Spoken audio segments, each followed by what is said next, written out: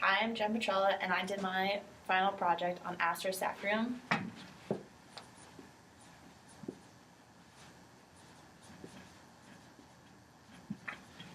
And then before I start, I'm just gonna draw my diagram so that I can reference it easier through.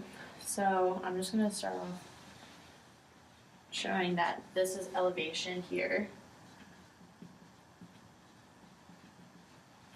And then just the female silver maple is down here. The bisexual trees are found in middle elevation, and then males are up top where there are low resources and high elevation and good resources.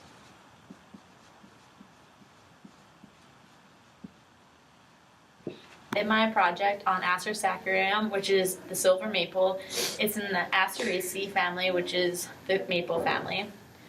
It is a woody tree and a perennial, and it is found on the east coast from the southern tip of Canada and the northern tip of Michigan down to Mississippi and Alabama, and then it also goes as far west as Kansas.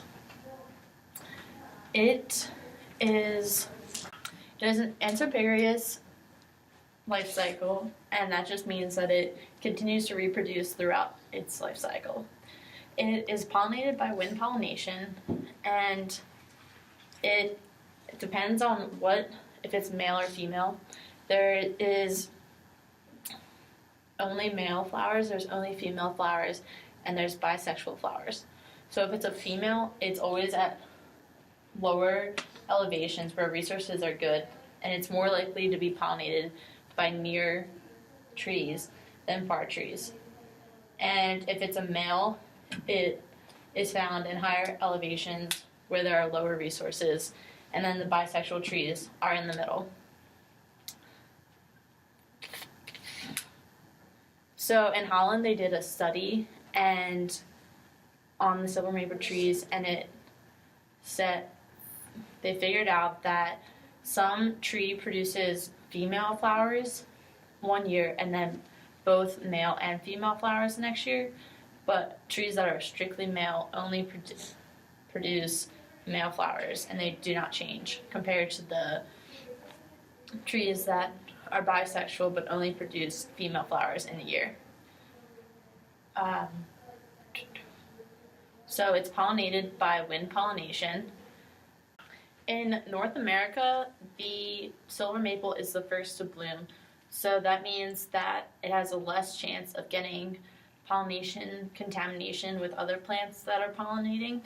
It pollinates as early as February and ranges until May. So since it pollinates with female trees or near trees more than far trees, then that just means the pollen has less places to go. As soon as the tree gets pollinated, it begins fruiting very soon. The flowers start wilting within 24 hours of pollination, and then 1 week after that, the fruits already begin to grow. The fruits are small. They range from 6 millimeters to 5 centimeters. 6 millimeters after 1 week, and then after 3 weeks, they're 5 centimeters. For visual reference, this is an example of the small flower. It is the largest fruit of all maples. As you can see here is an example of the fruit of the silver maple.